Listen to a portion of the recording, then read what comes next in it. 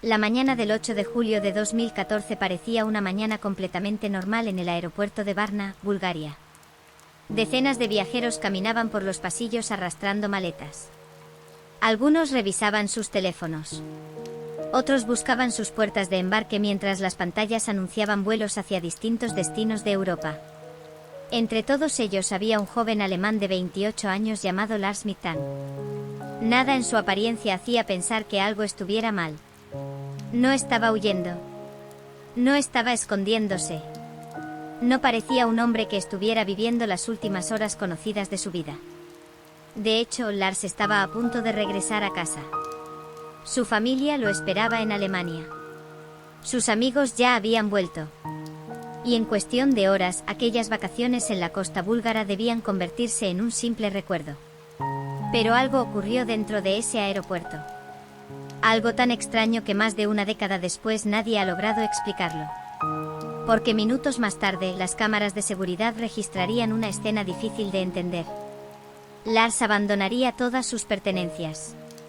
Su equipaje. Su teléfono. Su pasaporte. Su dinero. Y luego correría desesperadamente fuera del edificio. Saltaría una cerca. Atravesaría un campo abierto. Y desaparecería. Para siempre. Lo más inquietante no es que desapareciera. Lo más inquietante es que parecía estar huyendo de algo. La pregunta es: ¿de qué? ¿Quién o qué podía provocar que un hombre abandonara absolutamente todo y escapara como si su vida dependiera de ello? Esa pregunta ha obsesionado a investigadores, periodistas y miles de personas durante años. Y cuanto más se examina el caso, más difícil resulta encontrar una respuesta. Porque la historia de Lars Mittan no comienza en el aeropuerto. Comienza varios días antes. En unas vacaciones que parecían completamente normales. Lars había viajado a Bulgaria junto a 5 amigos para disfrutar del verano. La costa del Mar Negro era uno de los destinos favoritos de muchos turistas alemanes. Playas llenas de gente. Hoteles. Bares. Música. Nada fuera de lo común. Durante los primeros días, todo transcurrió con normalidad. Sus amigos recordaron más tarde que Lars estaba de buen humor. Se divertía. Salía. Disfrutaba del viaje. No mostraba señales de ansiedad. No parecía preocupado por nada. Y precisamente por eso lo que ocurrió después resulta tan desconcertante. Porque si observamos la historia completa, existe un momento muy concreto en el que algo cambia. Un momento a partir del cual Lars deja de comportarse como un turista de vacaciones y comienza a actuar como una persona aterrorizada. Ese cambio parece comenzar durante la noche del 6 de julio. Aquella noche se produjo una discusión relacionada con el fútbol. Según los reportes posteriores, Lars habría tenido un desacuerdo con otros turistas alemanes. La discusión parecía insignificante. Una de esas peleas absurdas que ocurren todos los días en zonas turísticas. Pero horas después, Lars reapareció con lesiones. Afirmó que había sido atacado por 4 hombres. Nunca se identificó públicamente a esos hombres. Nunca se aclaró exactamente dónde ocurrió el ataque. Y nadie sabe con certeza qué sucedió durante aquellas horas. Sin embargo, algo sí quedó documentado. Lars sufrió una lesión en el oído. Los médicos determinaron que tenía el tímpano perforado. La herida era lo suficientemente seria como para recomendarle que no tomara el vuelo de regreso junto a sus amigos. Y fue entonces cuando ocurrió algo que cambiaría el rumbo de toda la historia. Mientras el resto del grupo regresaba a Alemania, Lars decidió quedarse solo en Bulgaria. A simple vista no parecía una decisión extraña. Solo debía esperar unos días. Recuperarse. Y tomar otro vuelo.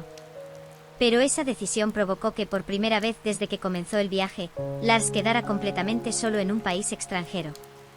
Y es justamente después de quedarse solo cuando comienzan a aparecer los primeros indicios de miedo. Al principio eran detalles pequeños. Casi insignificantes. Pero con el paso de las horas se volverían cada vez más inquietantes. Porque Lars comenzó a llamar a su madre. Y durante esas conversaciones dijo cosas que nadie esperaba escuchar. Cosas que todavía hoy siguen generando preguntas. Y según quienes investigaron el caso, aquellas llamadas marcaron el inicio de una de las desapariciones más extrañas de la historia reciente. Las primeras llamadas no parecían especialmente alarmantes. Al menos no al principio. Lars le explicó a su madre que los médicos le habían recomendado permanecer algunos días más en Bulgaria debido a la lesión en el oído. Era una situación incómoda, pero no extraordinaria. Miles de turistas sufren accidentes menores durante sus vacaciones. Miles deben retrasar un vuelo. Nada de eso explicaba lo que estaba a punto de ocurrir. Sin embargo, conforme pasaban las horas, el tono de aquellas conversaciones comenzó a cambiar. Algo parecía estar preocupando profundamente a Lars. Y lo más extraño era que no hablaba como alguien molesto por haber perdido un vuelo. Hablaba como alguien que tenía miedo. Un miedo real. Un miedo que parecía crecer con cada llamada. Después de quedarse solo, Lars se trasladó al Hotel Color, en la ciudad de Varna. Era un hotel sencillo. Nada llamativo. Un lugar temporal donde pensaba alojarse hasta poder regresar a Alemania. Pero según las grabaciones de seguridad revisadas posteriormente, su comportamiento dentro del hotel comenzó a llamar la atención. Las cámaras lo captaron caminando repetidamente por los pasillos. Observando por las ventanas. Mirando hacia el exterior. Vigilando la entrada. Como si estuviera esperando a alguien. O quizás evitando a alguien. Nadie puede saber con certeza qué pasaba por su mente en esos momentos. Pero las imágenes muestran algo difícil de ignorar. Lars parecía inquieto. Tenso. Incapaz de relajarse. Y cuanto más tiempo pasaba, más evidente parecía volverse esa sensación. Fue durante esas horas cuando realizó algunas de las llamadas más extrañas a su madre. Según ella contaría años después, Lars hablaba en voz baja. A veces casi susurrando. Como si no quisiera que alguien lo escuchara. En una de esas conversaciones le pidió algo inesperado. Le pidió que cancelara sus tarjetas bancarias. La solicitud desconcertó a su madre. ¿Por qué alguien que estaba a punto de regresar a casa querría cancelar sus tarjetas? La explicación que dio Lars fue aún más inquietante. Dijo que algunas personas lo estaban buscando. Y que podrían intentar robarle. Pero aquello era solo el comienzo. Porque poco después sus afirmaciones se volvieron todavía más alarmantes. Según relató su madre, Lars comenzó a decir que determinadas personas querían hacerle daño. Que lo estaban siguiendo. Que no se sentía seguro. Y aunque hoy resulta imposible saber exactamente qué estaba ocurriendo, una cosa parece clara. Lars estaba convencido de que existía una amenaza. La gran pregunta es si aquella amenaza era real. O si únicamente existía dentro de su mente. Esa pregunta se convertiría en el centro de todo el caso. Porque los días siguientes parecen encajar perfectamente en ambas teorías. Por un lado, es posible imaginar a un hombre aterrorizado porque realmente cree que alguien va tras él. Por otro, es posible imaginar a una persona sufriendo algún tipo de crisis psicológica o neurológica. Y precisamente por eso la historia resulta tan difícil de resolver. Cada nuevo detalle parece apuntar en direcciones diferentes. Pero existe un acontecimiento que suele pasar desapercibido. Y que podría ser una de las piezas más importantes de todo el rompecabezas. Ocurrió durante la madrugada. Cuando la mayoría de las personas dormían. Las cámaras registraron que Lars abandonó el hotel. Era aproximadamente la 1 de la mañana. Salió solo. Sin compañía. Sin explicar a dónde iba. Y desapareció. Durante cerca de 1 hora. Puede parecer un detalle menor. Pero piensa en esto por un momento.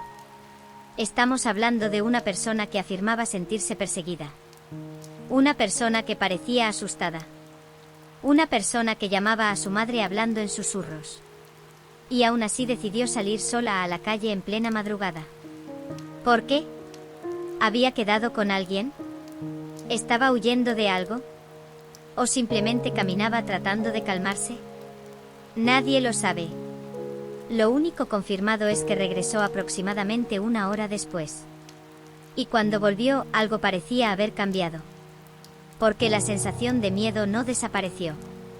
Si acaso parecía haberse intensificado. Es precisamente aquí donde muchos investigadores aficionados sitúan uno de los momentos más importantes del caso.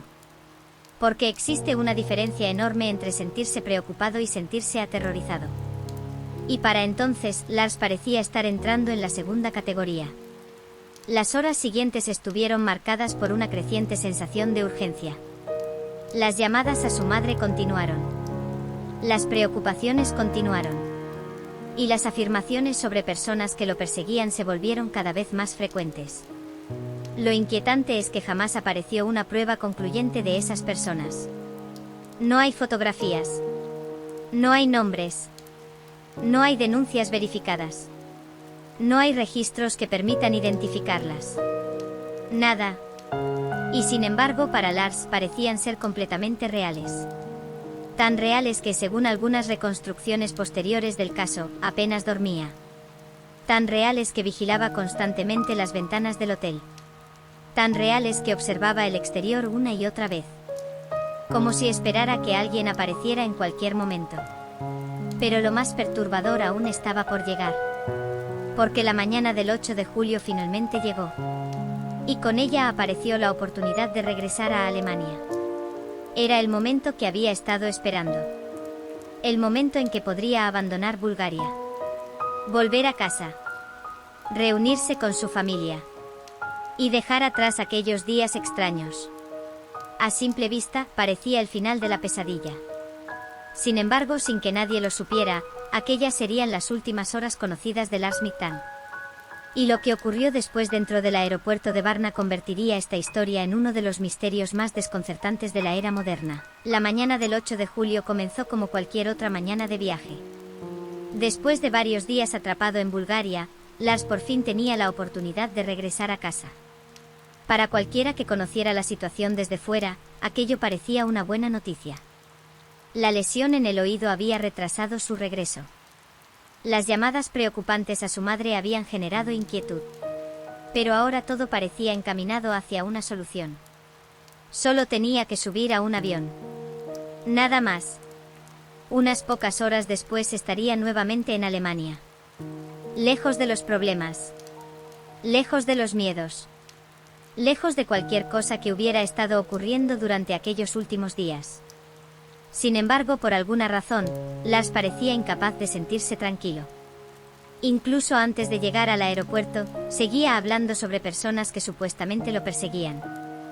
Seguía comportándose como alguien que esperaba que algo malo sucediera. Y aún así, decidió dirigirse al aeropuerto de Varna. El lugar donde sería visto por última vez. Al llegar, envió un mensaje a su madre. Era una señal positiva. Significaba que había llegado. Que estaba siguiendo el plan. Que pronto estaría de regreso. Pero existe algo inquietante cuando observamos esta parte de la historia. Porque nada en los siguientes minutos parece encajar completamente. Si Lars realmente estaba siendo perseguido, ¿por qué ir al aeropuerto? Y si nadie lo perseguía, ¿por qué seguía tan asustado? Son preguntas simples. Pero llevan más de una década sin respuesta. Lo que sí sabemos es que una vez dentro del aeropuerto, Lars tomó una decisión inesperada. Antes de abordar el vuelo, acudió al consultorio médico de la terminal. Quería recibir una evaluación final sobre el estado de su oído. Era una decisión razonable. Después de todo, había sido precisamente esa lesión la que había retrasado su regreso. Así que entró en la consulta. Y durante un tiempo permaneció allí. Hablando con el médico. Esperando. Intentando resolver los últimos detalles antes de subir al avión. Años después, el médico recordaría aquel encuentro. Y sus declaraciones se convertirían en una de las piezas más importantes de toda la investigación. Según explicó, Lars parecía nervioso. Más nervioso de lo que debería estar una persona que simplemente espera tomar un vuelo. Estaba inquieto. Desconfiado. Tenso. Como si su atención estuviera puesta en algo más que la revisión médica. Pero lo verdaderamente extraño ocurrió unos minutos después. Mientras Lars se encontraba dentro del consultorio, otra persona entró en la habitación. Y aquí es donde la historia comienza a volverse confusa. Dependiendo de la versión consultada, aquella persona era un trabajador de construcción, un empleado del aeropuerto o alguien relacionado con las obras que se realizaban en la terminal. Lo único que parece mantenerse constante en todas las versiones es esto. Al ver entrar a aquella persona, Lars reaccionó de inmediato. Y la reacción fue extrema. No pareció reconocerla. No hubo una discusión. No hubo una amenaza visible. No hubo una confrontación. Pero algo ocurrió. Algo que provocó un cambio instantáneo en su comportamiento. Según el médico, Lars se puso de pie bruscamente. Miró hacia la puerta. Y comenzó a mostrar signos evidentes de pánico. No de preocupación. No de nerviosismo. Pánico. Del tipo que aparece cuando una persona cree estar en peligro inmediato. Entonces pronunció unas palabras que pasarían a formar parte del misterio. Palabras que aún hoy siguen analizándose. Según el relato más difundido, Lars dijo: "No quiero morir aquí". Y después añadió: "Tengo que salir de aquí". Es imposible saber qué significaban exactamente aquellas palabras. No sabemos a quién se refería. No sabemos qué estaba pensando. No sabemos qué había visto. Pero sí sabemos lo que hizo a continuación.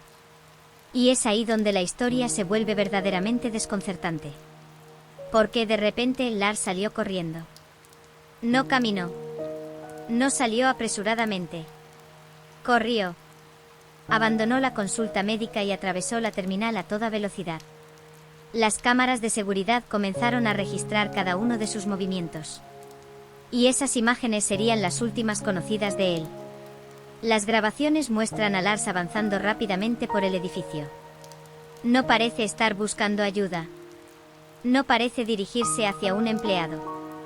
No parece intentar llamar a la policía. Lo único que parece querer hacer es alejarse. Lo más rápido posible.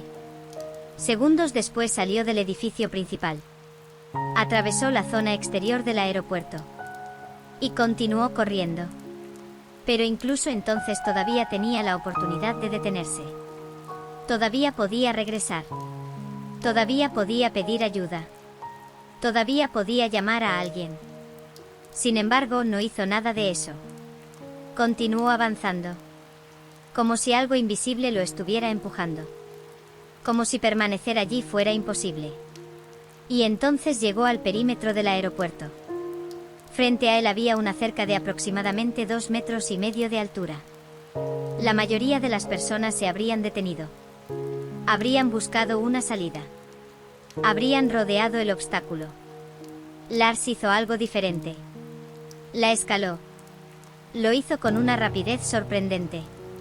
Y al otro lado comenzó a correr nuevamente. Ahora se encontraba fuera de las instalaciones del aeropuerto. En una zona abierta. Alejada de los pasajeros. Alejada de las cámaras principales. Alejada de cualquier posibilidad de explicación inmediata. Las imágenes muestran cómo atraviesa una extensión de terreno cubierto de vegetación. Corre. Se aleja. Reduce su tamaño en la distancia. Y continúa avanzando hacia una zona más aislada. Es una escena extraña. Porque no parece una persona que se dirige a un lugar concreto. Parece una persona que intenta escapar. La pregunta es: ¿escapar de qué? Las cámaras no pueden responderlo. Los investigadores tampoco. Y quizás esa sea la razón por la que este caso sigue fascinando a tantas personas. Porque todos pueden ver las imágenes. Todos pueden observar a Lars correr. Todos pueden presenciar sus últimos minutos conocidos. Pero nadie sabe qué estaba ocurriendo dentro de su mente. Finalmente la figura de Lars desaparece del alcance de las cámaras. Y en ese instante ocurre algo extraordinario. La historia deja de estar compuesta por hechos. Y comienza a estar compuesta por preguntas. Porque después de ese momento no existe ninguna imagen confirmada. Ninguna llamada. Ningún mensaje. Ninguna prueba concluyente. Nada. Como si la Tierra se hubiera tragado a un hombre de 28 años en pleno día. Y lo más inquietante es que la búsqueda comenzó casi de inmediato. Sin embargo, cuanto más buscaron a Lars Mittank, más extraño parecía volverse todo el caso. En la mayoría de los casos de personas desaparecidas existe un momento en el que aparece una pista. Una llamada. Un testigo. Una cámara de seguridad. Un movimiento bancario. Algo. Por pequeño que sea. Algo que permita reconstruir lo ocurrido después de la desaparición. Pero en el caso de Lars Mittank, eso nunca sucedió. Y precisamente ahí comienza la parte más inquietante de toda la historia. Porque una vez que desapareció detrás de aquella zona de vegetación cercana al aeropuerto de Varna, el rastro simplemente se detuvo. Como si alguien hubiera arrancado las últimas páginas de un libro. Al principio, nadie imaginó que se convertiría en un misterio internacional. Las autoridades asumieron que probablemente aparecería en cuestión de horas. Después de todo, era un hombre joven. No estaba perdido en medio de una montaña remota. No había desaparecido en mitad del océano. Había sido visto corriendo cerca de un aeropuerto internacional. Parecía imposible que alguien desapareciera por completo en un lugar así. Pero las horas pasaron. Y Lars no apareció. Luego pasó un día. Y tampoco apareció. Después pasaron varios más. Y la situación comenzó a cambiar. Porque lo que inicialmente parecía una búsqueda rutinaria empezó a transformarse en algo mucho más preocupante. Los investigadores revisaron las grabaciones disponibles. Intentaron reconstruir sus movimientos. Analizaron las últimas imágenes conocidas. Pero todas terminaban exactamente en el mismo punto. La carrera. La cerca. El campo. Y después... nada. Las autoridades iniciaron operativos de búsqueda en los alrededores. Se revisaron zonas cercanas al aeropuerto. Áreas de vegetación. Terrenos abiertos. Sectores por donde, en teoría, Lars podría haber continuado avanzando. Pero los resultados fueron decepcionantes. No aparecieron rastros concluyentes. No apareció una mochila. No apareció ropa. No apareció un teléfono. No apareció un cuerpo. Y cuanto más tiempo pasaba, más difícil resultaba explicar aquella ausencia total de evidencias. Porque incluso cuando una persona decide desaparecer voluntariamente, suele dejar algún tipo de huella. Una compra. Una reserva. Una conexión. Una llamada. Algo. Sin embargo, en el caso de Lars, parecía como si la historia hubiera terminado en el mismo instante en que abandonó el alcance de las cámaras. Mientras tanto, en Alemania, la situación comenzaba a convertirse en una pesadilla para su familia. Su madre seguía intentando comprender las últimas conversaciones que había tenido con él. Las llamadas. Los susurros. El miedo. Las advertencias sobre personas que supuestamente lo perseguían. Todo aquello adquiría ahora un significado completamente diferente. Porque una cosa es escuchar a alguien decir que tiene miedo. Y otra muy distinta es escucharlo desaparecer pocos días después. Con el paso del tiempo, la atención mediática comenzó a crecer. Los medios alemanes se interesaron por el caso. Después lo hicieron medios de otros países. Y finalmente la desaparición de Lars empezó a difundirse por Internet. Miles de personas comenzaron a analizar cada detalle. Cada fotografía. Cada declaración. Cada segundo de las grabaciones del aeropuerto. Y cuanto más observaban las imágenes, más preguntas surgían. Porque existía algo extraño en toda la secuencia. Algo difícil de explicar. Si Lars estaba sufriendo una crisis psicológica, ¿cómo logró desaparecer sin dejar rastro? ¿Y si realmente alguien lo perseguía, dónde estaban las pruebas? Ambas teorías parecían tener puntos fuertes. Y ambas parecían tener enormes vacíos. Mientras los investigadores intentaban encontrar respuestas, otro elemento comenzó a llamar la atención. El lugar exacto donde Lars había desaparecido.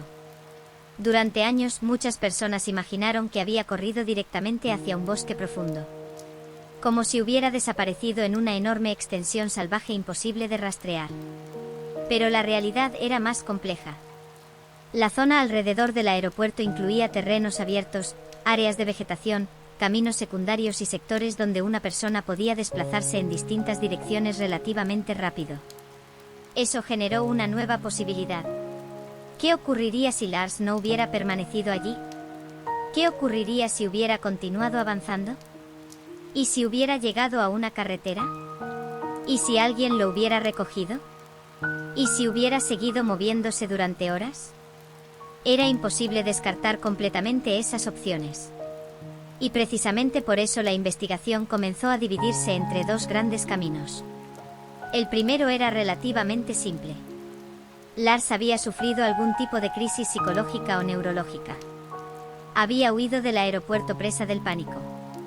Y posteriormente había sufrido un accidente o había terminado en algún lugar donde nunca pudo ser encontrado. Era una teoría lógica. Pero tenía un problema. La ausencia absoluta de evidencias. Porque incluso después de años, nunca apareció una prueba sólida que confirmara ese escenario. El segundo camino era mucho más inquietante. Y mucho más difícil de demostrar. La posibilidad de que Lars realmente hubiera estado escapando de algo. De alguien. De una amenaza que nunca pudo identificarse. Una amenaza que explicaría su miedo. Sus llamadas. Su comportamiento en el hotel. Y la desesperación mostrada en el aeropuerto. El problema era que tampoco existían pruebas contundentes para sostener esa teoría. Y así fue como el caso quedó atrapado en una especie de limbo. Dos explicaciones posibles. Ninguna respuesta definitiva. Ninguna evidencia concluyente. Solo preguntas. Preguntas que seguirían creciendo con el paso de los años. Porque cuando parecía que el misterio comenzaba a enfriarse, empezaron a surgir supuestos avistamientos.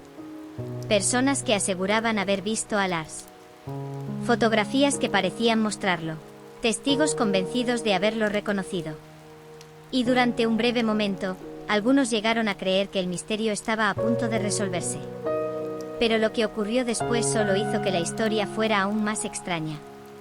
Porque ninguno de aquellos avistamientos consiguió responder la pregunta más importante de todas. ¿Qué le ocurrió realmente a Lars Midtbank después de cruzar aquella cerca? Con el paso de los años, la investigación oficial fue perdiendo impulso.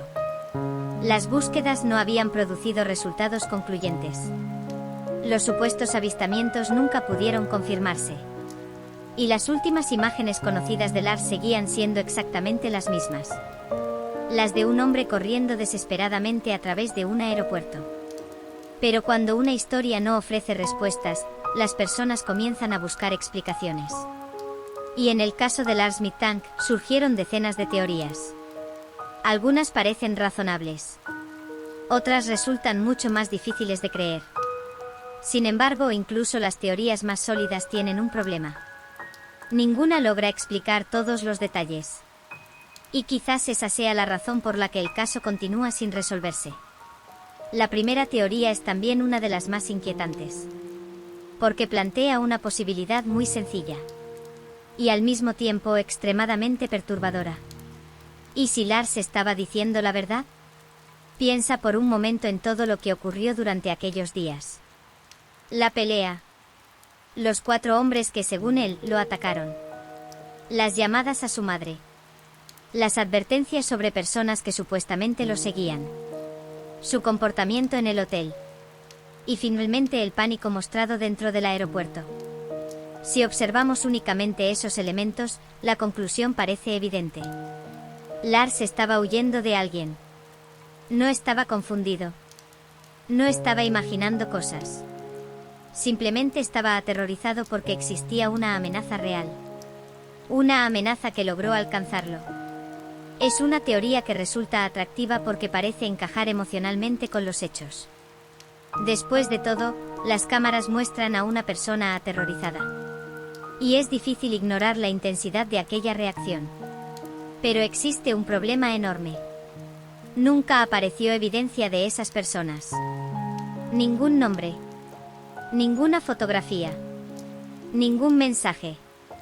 Ninguna llamada sospechosa. Nada. Ni siquiera las investigaciones posteriores consiguieron identificar a los supuestos hombres que habrían provocado aquel miedo. Y sin pruebas concretas, la teoría comienza a debilitarse. Sin embargo, tampoco desaparece por completo. Porque la siguiente explicación tiene sus propios problemas. La segunda teoría se centra en la agresión sufrida durante las vacaciones. Según esta hipótesis, todo comenzó con el golpe. No necesariamente porque alguien quisiera hacer daño a Lars después, sino porque la lesión pudo haber provocado consecuencias mucho más graves de lo que parecía. Recordemos algo importante. Los médicos confirmaron una perforación del tímpano. Pero algunas personas se preguntan si aquella lesión fue realmente la única consecuencia del ataque. ¿Qué ocurriría si Lars hubiera sufrido algún tipo de traumatismo más serio? ¿Qué ocurriría si el golpe hubiera afectado su equilibrio? Su percepción. Su capacidad para interpretar correctamente lo que ocurría a su alrededor. De repente, algunos comportamientos empiezan a parecer diferentes. Las sospechas. La paranoia. La sensación de estar siendo perseguido. Todo podría encajar. Pero nuevamente aparece un obstáculo. No existe evidencia médica que confirme un daño cerebral importante. Y sin esa evidencia, la teoría sigue siendo únicamente una posibilidad. Una posibilidad interesante. Pero una posibilidad al fin y al cabo. Sin embargo, existe una tercera explicación que ha ganado fuerza con el paso de los años. Y que para muchos investigadores resulta particularmente intrigante. Tiene que ver con algo aparentemente insignificante. El medicamento que Lars estaba tomando. Durante aquellos días, Lars recibió un antibiótico para tratar su lesión. A simple vista parece un detalle menor. Uno más dentro de una historia llena de acontecimientos extraños. Pero algunos especialistas han señalado que ciertos medicamentos pueden provocar reacciones psicológicas inusuales en casos extremadamente raros. Ansiedad. Confusión. Pensamientos paranoides. Alteraciones del comportamiento. La palabra clave aquí es rara. Muy rara. Lo suficientemente rara como para que millones de personas tomen medicamentos similares sin experimentar absolutamente nada extraño. Pero aún así, algunos investigadores consideran que no debería descartarse completamente. Porque la cronología resulta llamativa. El comportamiento de Lars parece deteriorarse rápidamente en cuestión de días. Y eso lleva a una pregunta inevitable. ¿Fue el miedo lo que provocó su comportamiento? ¿O fue el comportamiento lo que creó el miedo? Es una diferencia enorme. Y también una diferencia imposible de demostrar. Pero la teoría más popular de todas sigue siendo otra. Una teoría que para muchos explica gran parte de lo ocurrido. La posibilidad de que Lars estuviera atravesando un episodio psicótico. Según esta interpretación, las personas que supuestamente lo perseguían nunca existieron. La amenaza era real para él. Pero no para el resto del mundo. Desde esta perspectiva, las llamadas a su madre adquieren un significado diferente. Las cámaras del hotel también. Y la huida del aeropuerto deja de parecer una reacción ante un peligro externo para convertirse en la respuesta desesperada de alguien atrapado por sus propios pensamientos. Es una explicación que muchos consideran convincente. Especialmente porque permite conectar casi todos los comportamientos observados durante sus últimos días. Pero incluso aquí aparece un problema. Uno muy difícil de ignorar. Si Lars sufrió una crisis psicológica y huyó solo hacia una zona abierta, ¿por qué nunca apareció ninguna evidencia física? ¿Por qué no se encontró ropa? ¿Por qué no se encontró una mochila? ¿Por qué no se encontró un cuerpo? ¿Por qué no apareció absolutamente nada? Es precisamente esa ausencia de respuestas la que impide que cualquier teoría cierre completamente el caso. Cada explicación parece resolver una parte del rompecabezas. Pero ninguna consigue completar la imagen entera. Y tal vez esa sea la característica más desconcertante de toda esta historia. Porque normalmente los misterios se vuelven más claros con el paso del tiempo. Aparecen nuevas pruebas. Nuevos testigos. Nuevos documentos. Nuevas respuestas. En cambio, el caso de Lars Mittank parece hacer exactamente lo contrario. Cuanto más se analiza, más preguntas genera. Y mientras las teorías seguían multiplicándose, comenzaron a surgir noticias que hicieron que algunas personas creyeran que el misterio estaba a punto de resolverse. Supuestos avistamientos. Fotografías. Testigos. Personas convencidas de haber visto a Lars años después de su desaparición. Durante un breve momento pareció que el caso finalmente podía tener un desenlace. Pero la realidad resultó ser mucho más complicada. Durante años, la única certeza era que nadie sabía dónde estaba Lars. Sin embargo, conforme el caso se hizo más conocido, comenzaron a llegar reportes desde distintos lugares. Al principio eran simples llamadas. Personas que aseguraban haberlo visto caminando por alguna ciudad, trabajando en algún establecimiento, o viviendo en otro país bajo una identidad diferente. La mayoría de estos reportes desaparecían tan rápido como aparecían. Pero algunos lograron captar la atención de investigadores y familiares. Y por un momento parecieron ofrecer una esperanza real. Porque cuando una persona desaparece sin dejar rastro, cualquier posible avistamiento se convierte inmediatamente en algo importante. Especialmente cuando han pasado meses. O incluso años. Uno de los casos más comentados ocurrió tiempo después de la desaparición. Una fotografía comenzó a circular por internet. La imagen mostraba a un hombre con una apariencia desorientada. Su aspecto físico recordaba a Lars. Y rápidamente muchas personas comenzaron a preguntarse lo mismo. ¿Podría ser él? Durante algunos días, la posibilidad parecía real. Las comparaciones comenzaron a multiplicarse. Los foros de internet analizaban cada detalle. La forma del rostro. La nariz. La estructura facial. Todo parecía encajar. Pero finalmente se descubrió la verdad. El hombre de la fotografía no era Lars. Era otra persona desaparecida. Y una vez más, la esperanza se desvaneció. Aún así, los reportes continuaron llegando. Años después, un camionero alemán afirmó haber transportado a un hombre que le resultó extrañamente familiar. Según su relato, recogió a un autoestopista. El hombre tenía barba, cabello más largo y un aspecto notablemente diferente al del joven que aparecía en las fotografías de 2014.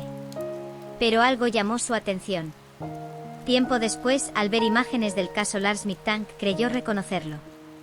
Nunca pudo demostrarlo. No existían fotografías. No existían registros. No existían pruebas. Solo un recuerdo. Y como tantos otros indicios relacionados con este caso, aquel relato terminó atrapado entre la posibilidad y la incertidumbre. Mientras tanto, la familia se negaba a rendirse. Los años seguían pasando. Pero las preguntas continuaban exactamente donde habían comenzado. Por esa razón decidieron buscar ayuda adicional. Y fue entonces cuando apareció una nueva figura dentro de esta historia. Un investigador privado. Alguien cuya tarea consistía en encontrar respuestas donde las investigaciones tradicionales habían fracasado. Su nombre era Andreas Gutik. Y durante años revisó prácticamente todo lo que podía revisarse. Documentos. Declaraciones. Posibles testigos. Grabaciones. Reportes policiales. Hospitales. Refugios. Centros de asistencia. Cualquier lugar donde pudiera aparecer una pista. La esperanza era sencilla. Encontrar algo que hubiera sido pasado por alto. Un detalle olvidado. Una conexión ignorada. Una pequeña pieza capaz de cambiar toda la investigación. Pero el resultado fue frustrante.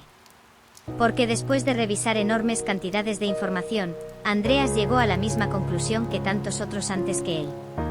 No existía una explicación clara. No encontró pruebas de un secuestro. No encontró pruebas de una nueva identidad. No encontró pruebas de una red criminal. No encontró pruebas de un homicidio. Y tampoco encontró evidencia que permitiera confirmar definitivamente una crisis psicológica. Era como si cada camino terminara exactamente en el mismo lugar. Un callejón sin salida. Sin embargo, durante el análisis del caso comenzaron a surgir algunos detalles que llamaron la atención de varios investigadores. Pequeñas inconsistencias. Elementos que por sí solos no demostraban nada, pero que contribuían a aumentar el misterio. Por ejemplo, las distintas versiones sobre lo ocurrido dentro del consultorio médico. Dependiendo de la fuente consultada, la persona que entró a la habitación antes de la huida de Lars era descrita de formas ligeramente diferentes. En algunos relatos, era un trabajador de construcción. En otros, un empleado del aeropuerto. En otros, simplemente alguien relacionado con las obras de remodelación. Puede parecer un detalle insignificante. Y probablemente lo sea. Pero en una investigación donde existen tan pocas certezas, incluso las diferencias más pequeñas llaman la atención. También existe otra pregunta que continúa sin respuesta. Quizás una de las más importantes de toda la historia. La hora desaparecida. Aquella salida nocturna desde el Hotel Color. Aproximadamente una hora durante la cual nadie sabe dónde estuvo Lars. Nadie sabe con quién habló. Nadie sabe qué vio. Nadie sabe qué ocurrió. Y cuando regresó, su comportamiento parecía todavía más alterado. ¿Fue coincidencia? ¿O fue precisamente durante aquella hora cuando ocurrió algo que terminó desencadenando todo lo demás? Es imposible saberlo. Pero para muchos investigadores aficionados, esa sigue siendo una de las piezas más importantes del rompecabezas. Porque cuando observamos toda la historia en conjunto, existe una sensación difícil de ignorar. La sensación de que algo ocurrió entre la pelea inicial y la llegada al aeropuerto. Algo que nunca fue completamente comprendido. Algo que transformó unas vacaciones normales en uno de los misterios más desconcertantes de la era moderna. Y quizás por eso, más de una década después, la pregunta sigue siendo exactamente la misma. No qué ocurrió en el aeropuerto. No qué ocurrió durante la carrera. No qué ocurrió después de cruzar la cerca. La verdadera pregunta es mucho más simple. ¿Qué fue lo que hizo que Lars Mittank tuviera tanto miedo? Porque tal vez, si esa pregunta pudiera responderse, todo el misterio finalmente tendría sentido. Pero hasta el día de hoy, nadie ha conseguido hacerlo. Quizás lo más inquietante del caso de Lars Mittank no sea su desaparición. Ni siquiera las imágenes del aeropuerto. Tampoco las llamadas telefónicas. Ni los supuestos perseguidores. Lo más inquietante es algo mucho más simple. Es el hecho de que después de tantos años, seguimos sin saber qué ocurrió realmente. Vivimos en una época donde casi todo deja un rastro. Un mensaje. Una llamada. Una compra. Una fotografía. Una cámara. Algo. Sin embargo, en este caso, parece como si una persona hubiera logrado desaparecer en pleno siglo XXI. Frente a cámaras. Frente a testigos. Frente a un aeropuerto internacional. Y aún así sin dejar respuestas. Tal vez Lars estaba huyendo de una amenaza real. Tal vez aquellas personas de las que hablaba existieron. Tal vez ocurrió algo durante aquella misteriosa hora fuera del hotel. Algo que nunca llegó a conocerse. Pero también existe otra posibilidad. La posibilidad de que la amenaza nunca estuviera fuera, sino dentro de su propia mente. Que el miedo fuera real. Que el terror fuera auténtico. Pero que aquello que lo provocaba no pudiera ser visto por nadie más. Y quizás esa sea precisamente la razón por la que el caso continúa dividiendo opiniones incluso hoy. Porque ambas explicaciones parecen posibles. Y al mismo tiempo ambas parecen incompletas. Cuando observamos las últimas imágenes de Lars, resulta difícil no hacerse la misma pregunta una y otra vez. ¿Qué estaba viendo? ¿Qué pasaba por su cabeza en aquel momento? ¿Qué lo llevó a abandonar todo? Porque abandonar un vuelo es una decisión. Abandonar un equipaje es una decisión. Pero abandonar el pasaporte, el teléfono, el dinero, todo aquello que necesitaría para continuar una vida normal. Eso parece algo diferente. Parece una reacción desesperada. Instintiva. Como si durante unos segundos nada fuera más importante que escapar. Y quizás nunca sepamos si aquello que intentaba evitar era real o imaginario. Lo único seguro es que desde aquel instante, nadie volvió a tener una respuesta definitiva. Los investigadores buscaron respuestas. La familia buscó respuestas. Periodistas de distintos países buscaron respuestas. Miles de personas en Internet buscaron respuestas. Y aún así, el misterio permanece intacto. Porque todos los caminos terminan exactamente en el mismo lugar. En una mañana de julio de 2014. En un aeropuerto de Bulgaria. En un hombre de 28 años corriendo desesperadamente hacia el horizonte. Y luego... nada. Ninguna explicación. Ninguna certeza. Ninguna conclusión definitiva. Solo silencio. Quizás algún día aparezca una nueva prueba. Quizás alguien encuentre una pista olvidada. Quizás una llamada. Un documento. Un testigo. Algo capaz de explicar finalmente lo ocurrido.